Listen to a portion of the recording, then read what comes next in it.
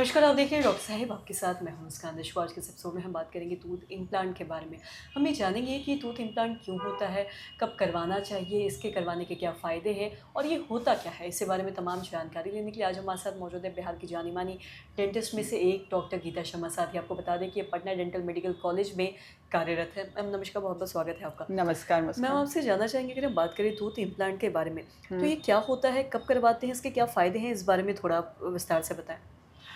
Tooth implant क्या है कि एक परमानेंट ट्रीटमेंट है, क्योंकि बहुत सारा दाँत जब मिसिंग टीथ होता है तो उसमें 2-3 ऑप्शंस हमारे पास होता है। Either we can go for a bridge और क्राउन देते हैं, और we can go for tooth implant. Tooth implant में क्या है कि जो मिसिंग एडेंचुलस एरिया है, वहाँ पे हम लोग टाइटेनियम स्क्रू लगाते हैं। स्क्रू लगा के थोड़े दिन तक छोड़ देते हैं, 3 मंथ्स तक। उसके बाद once the bone is build up, then prosthesis देते हैं।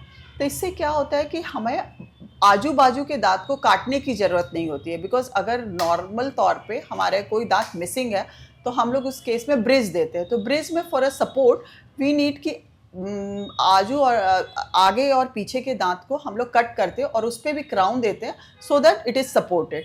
बट टूथ इम्प्लांट में क्या है कि टूथ इम्प्लांट के केस में हमें एडजेसेंट टूथ को कोई डिस्टर्ब नहीं करना पड़ता है, और हम लोग सिर्फ उसी जगह पे स्क्रू के सहारे से वी गिव टूथ, जिसका लॉन्ग टर्म प्रोस्थेसिस है। बस इसमें यही इंपॉर्टेंट है कि केस सिलेक्शन बहुत इंपॉर्टेंट है। हर किसी को हम टूथ इम्प्लांट नहीं दे सकते हैं। इसके केस में जिसका बोन हेल्थ अच्छा हो उसी को टूथ इम्प्लांट दिया जा सकता है। जी।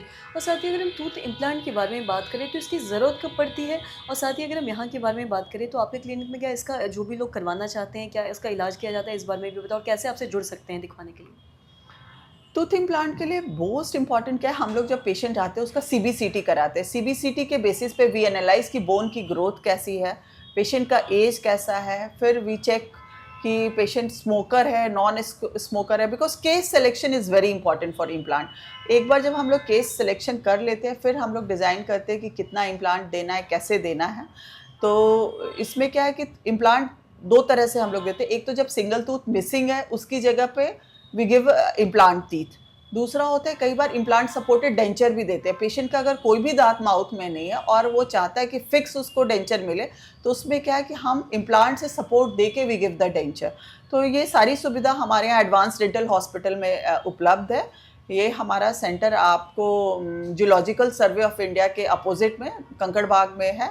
यहाँ पे हमारे यहाँ फुल टीम है, जिसमें सारे लोग 4-5 डॉक्टर्स हैं जो मिलके हम लोग इम्प्लांट करते हैं, और हमारा सक्सेस रेट बहुत अच्छा है। जी।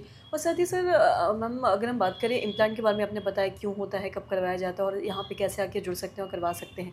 ये जो टूथ इम्प्लांट है, क्या किसी भी उम्र के कोई भी करवा सकता है या फिर इसमें कुछ एज क्राइटेरिया या नहीं नहीं, लिमिटेशन है? कोई एज क्राइटेरिया नहीं। डेफिनेटली हम लोग बहुत यंग एज के बच्चों को भी दे रहे हैं। आजकल 14 साल 15 साल के बच्चों को भी इम्प्लांट दे रहे हैं। बस ये ओल्ड एज में बस ये देखना होता है कि बोन ग्रोथ अच्छी हो। अगर बोन सपोर्ट अच्छा है तो definitely we can give the tooth implant. जी। मैम बहुत बहुत शुक्रिया तमाम जानकारी देने के लिए। तो आशा करते हैं निश्चय जो तमाम जानकारी है आपकी लाभदायक हुई। तो आज की इस वीडियो में इतना ही। अगर आपने चैनल को सब्सक्राइब नहीं किया तो तुरंत कर ली। वीडियो देखने के लिए आपका धन्यवाद।